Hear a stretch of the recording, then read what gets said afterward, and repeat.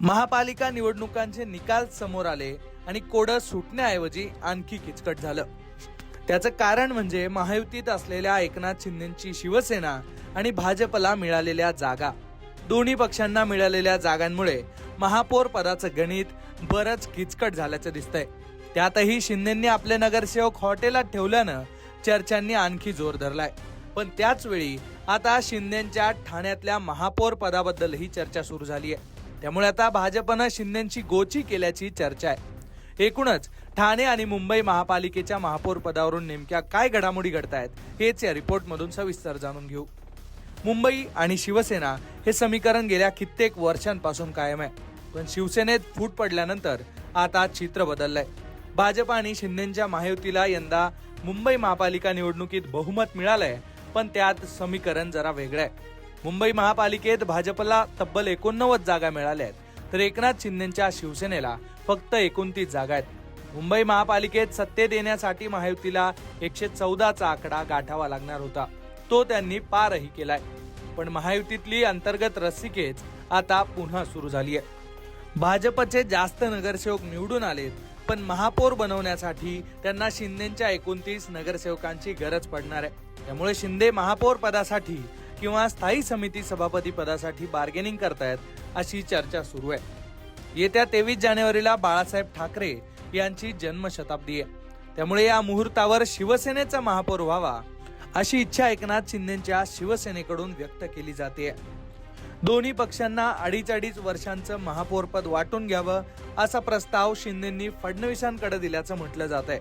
तर दुसरीकडे ठाकरे बंधू आणि काँग्रेस आणि त्याचबरोबर इतर नगरसेवकांची आकडेवारीची बेरीज केली तर त्यांनाही फक्त 10-12 नगरसेवकांची गरज आहे।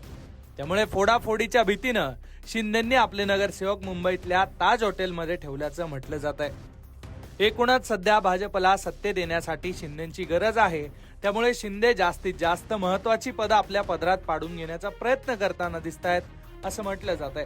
त्यामुळे महापौर कुणाचा होणार, स्थायी समिती सभापतीपद कुणाला मिळणार यावर सर्वांचं लक्ष आहे। पण विषय फक्त मुंबई पुरता मर्यादित नाहीये, कारण शिवसेना आणि भाजपची हीच युती ठाण्यातही होती, पण तिथं परिस्थिती एकदम उलटी आहे।